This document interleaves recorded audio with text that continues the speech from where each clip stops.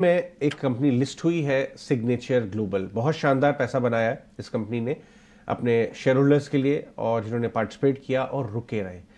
3 महीने का चार्ट लेके आइए। उसके बाद मैं स्वागत करता हूं प्रदीप अग्रवाल जी का, जो सिग्नेचर ग्लोबल के मैनेजमेंट हैं। अग्रवाल साहब, बहुत बहुत शुक्रिया। बहुत शानदार काम आप कुछ कर रहे हैं, बाजार को बहुत पसंद आ रहा है। 3 महीने में आपका स्टॉक बहुत अच्छा चला है, और बाजार में मैं सिर्फ इसलिए रेफरेंस के तौर पे स्टॉक का हवाला दे रहा हूं क्योंकि वो तो रिफ्लेक्शन होता है कंपनी अंदर क्या कर रही है उसी का। तो स्टॉक पे बात नहीं करेंगे, हम कंपनी के बारे में बात करेंगे। बताइए कैसा चल रहा है बिजनेस आपका, जो डेटा में दिख रहा है एनसीआर में, स्पेशली जिस प्राइस पॉइंट पे आप काम कर रहे हैं, डिमांड का कैसा हाल है और आप कैसे आउट परफॉर्म कर पा रहे हैं सेक्टर को? अजय जी नमस्कार। बिल्कुल आपने ठीक कहा। एक तो रियल एस्टेट सेक्टर की अगर हम बात करें तो इस वक्त उसकी दिवाली पर दिवाली मन रही है। यानी चाहे त्योहारी सीजन हो या बिना त्योहारी सीजन हो, लेकिन जो डिमांड है वो अक्रॉस द सेक्टर बनी हुई है।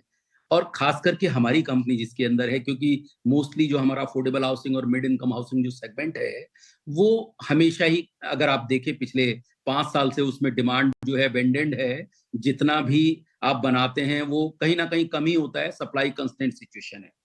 इसी का कहीं ना कहीं इसी के चलते जो फायदा है वो कंपनी को दिखाई दिया है।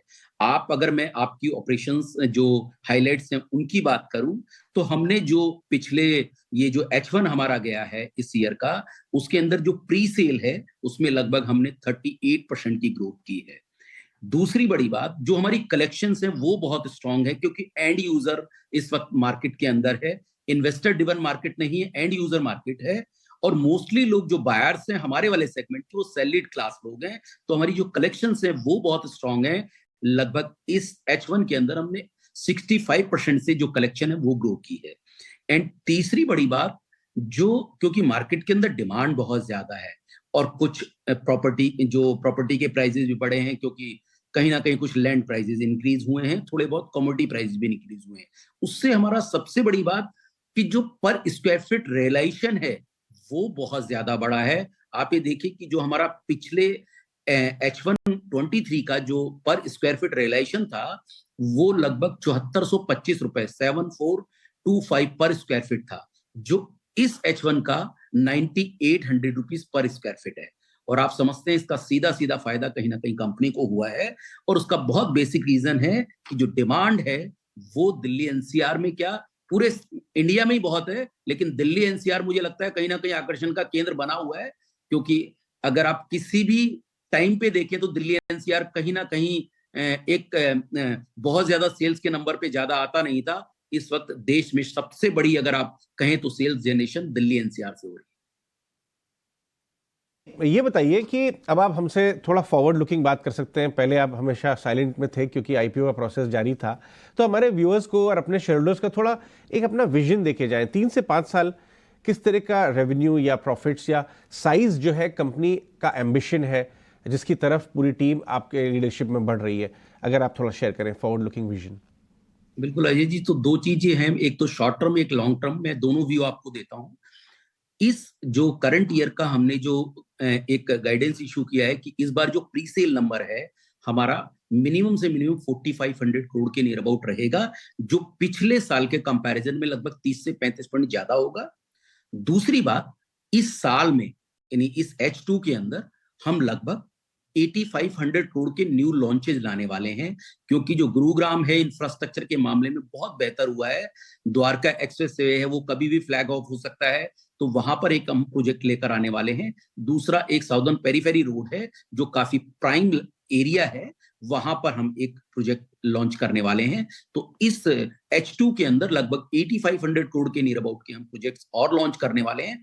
अगर आप बात करें आने वाले 2.5 ईयर की, मतलब 2026 तक की, तो मैं आपको कह सकता हूं लगभग 27 मिलियन हमारे फोर्थ कमिंग प्रोजेक्ट हैं, जो आने वाले 2 से ढाई साल में हम लॉन्च कर देंगे।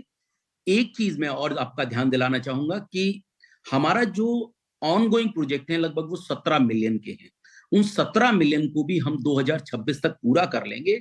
और 17 मिलियन का जो हमारा रिलाइजेशन है, जो हमारा रेवेन्यू रिकॉग्निशन होगा, वो लगभग 11,000 करोड़ का होगा। सो आप समझ सकते हैं कि अगर इतना बड़ा रेवेन्यू रिकॉग्निशन होगा तो कंपनी जो है वो कहीं ना कहीं ग्रो कर रही है। क्या बात है प्रदीप जी, आपने तो हमें आगे की FY26 तक की गाइडेंस दे दी इनफैक्ट, और 17 मिलियन और 27 मिलियन तक आप लैंडस्केप की बात कर रहे हैं, ठीक है। और 11,000 करोड़, ये अपने आप में एक बड़ा फिगर भी है, क्योंकि अब तक तो हमारे पास सिर्फ 8500 करोड़ तक की सेल्स पोटेंशियल का एस्टिमेशन था। लेकिन जो ग्रोथ दिखेगी सेल्स की, वो गाइडेंस 30, 31, 35% इसी रेंज में रहेगी क्या? यहाँ पर आप हमें कोई गाइडेंस दे सकते हैं? देखिए, मुझे लगता है कि जो भी व्यू रखें वो कंजर्वेटिव रखें, क्योंकि मार्केट में ना जो भी आप गाइडेंस दे रहे हैं उससे ओवर परफॉर्म आप कर रहे हैं ऑलवेज। मार्केट को मुझे लगता है कि कहीं ना कहीं आप कंजर्वेटिव व्यू के बाद ओवर परफॉर्म करें, वो ज्यादा पसंद है। मुझे भी लगता है कि क्योंकि सेल्स बहुत ज्यादा स्ट्रांग है तो नंबर्स बेहतर होने चाहिए, लेकिन फिर भी क्योंकि मैं थोड़ा उस पर कंजर्वेटिव व्यू रखना चाहता हूँ, इसलिए मैंने जो गाइडेंस रखी है वो 4500 की रखी है। ऑफकोर्स जब 8500 करोड़ के लॉन्चेज होंगे काफी बड़ा नंबर वहां से भी अगर रिकॉग्नाइज हो गया तो ऑफ कोर्स नंबर इंक्रीज होगा। ठीक है अग्रवाल जी, एक चीज़ बताइए, क्योंकि आप अफोर्डेबल के अंदर हैं और मैं क्योंकि दिल्ली NCR में रहता हूं, तो मैं तो बिल्कुल ग्राउंडेड है, मैंने देखा है पूरे गुड़गांव को सारा अपनी आंखों के सामने बनता हुआ। क्योंकि अब लग्जरी सेगमेंट की काफ़ी चर्चा होती है, हालांकि गुड़गांव में अफोर्डेबल खरीदना भी लग्जरी के बराबर ही होता है। अगर आप दूसरे शहरों से कंपेयर करें तो उसका अफोर्डेबल भी लग्जरी के बराबर है। लेकिन फिर भी क्योंकि आपकी कंपनी अफोर्डेबल हाउसिंग के तौर पर जानी जाती है, आप लग्जरी में एंट्री करोगे सर? भले एक प्रोजेक्ट के साथ एक टेस्टिंग करके देखो आप। देखिए, मैं आपको बताऊं, जो कंपनी का जिस तरीके का एक डीएनए रहा है वो कहीं ना कहीं मिड इनकम और थोड़ा सा प्रीमियम मिड इनकम, क्योंकि साइज के हिसाब से आप ये देखिए कि वो प्राइस अप एंड डाउन दिखाई देते हैं। लेकिन अगर आप वैसे कंपनी का ओवरऑल की बात करें तो जो हमने H1 के अंदर टोटल जो यूनिट सेल किए हैं वो लगभग 1900 से ज्यादा यूनिट हैं, और उसका टोटल जो प्रीसेल नंबर है वो 1850 करोड़ रुपए है। तो लगभग जो एवरेज है वो 95 लाख के नियर अबाउट है। अभी तक जो हमारा टिकट है वो 1 करोड़ के अंदर है। आने वाले वक्त में कुछ प्राइस राइज हुए हैं, कुछ साइजेस बड़े हो सकते हैं, तो आपको रेंज हमारी जरूर यही मिलेगी कि 1 करोड़ और 2 करोड़ के बीच में हमारा आज की डेट में फोकस एरिया। और आज क्या आप कहें अगर 2-3 साल में भी, तो मैं पर्टिकुलर ये कह सकता हूँ ये मिड इनकम के ऊपर ही हमारा फोकस रहने वाला है।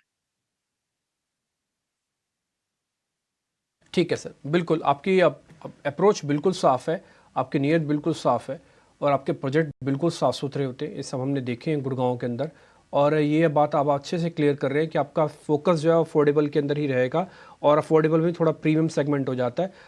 और एक बात बताऊं, मेरे को अजय बात अच्छी भी लगती है, गुड़गांव में अगर आप प्रॉपर्टी लेने के लिए जा रहे हैं ना, तो अगर आपको बेस्ट फ्लोर कोई चुनना है तो सिग्नेचर ग्लोबल का नाम सबसे ऊपर आता है। इनका 94-95 में एक प्रोजेक्ट है, मैंने खैर पर्सनली भी जाके देखा हुआ है, बहुत अच्छे से प्रोजेक्ट उन्होंने अच्छे से डेवलप किया है। बहुत शुक्रिया mister Agarwal, thank you very much, आज आपने समय निकाला, अच्छा लगा आपसे बातचीत करके, thank you very much. Thanks a lot. Jai Patel हमारे साथ हैं। जय, रिसेंटली लिस्टेड कंपनी है, एक तरफा चल रही है, कुछ बता सकते हो तो बताइए, नहीं तो फिर आप अपनी एक मार्केट की रीडिंग में जो भी आपने कोई शेयर निकाला वो भी बता सकते हो आप।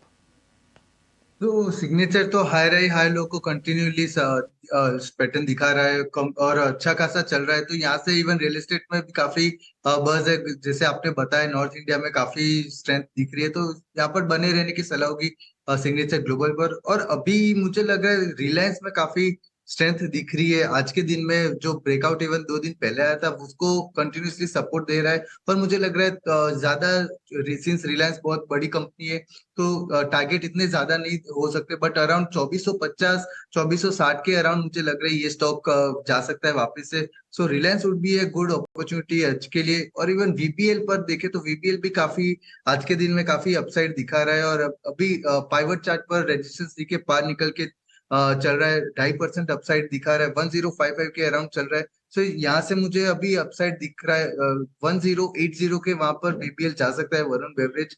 सो यहाँ पर भी बने रहने की सलाह होगी। ईआईडी पेरी मैंने सुबह दिया था, वो भी काफी अच्छा चला, आज के दिन में अराउंड 515 के लेवल जाके आया, 501 के अराउंड दिया था। सो ईआईडी पेरी पर भी बने रहने की सलाह होगी। राउंडिंग बॉटम का फिनिशिंग दे रहेगा 520 के अराउंड। सो डेफिनेटली ये 3-4 स्टॉक्स है मुझे काफी अच्छे लग रहे हैं आज के दिन।